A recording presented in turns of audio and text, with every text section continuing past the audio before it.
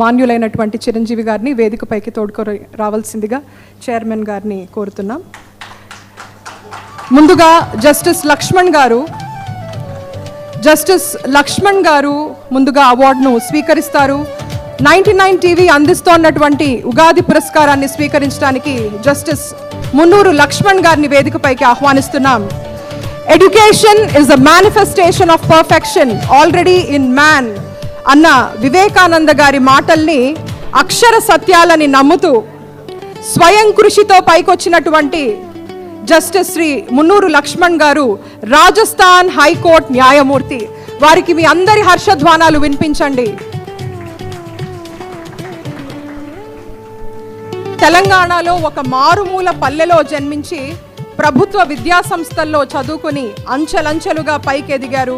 ఎన్నో సంక్లిష్టమైన కేసులను సైతం పరిష్కరించారు. అంతటి మేధాశక్తి వారి సొంతం.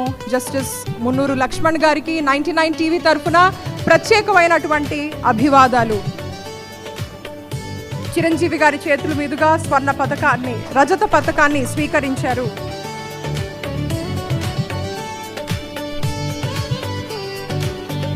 తరువాత శాంతకుమారి గారు ఐఏఎస్, స్వయం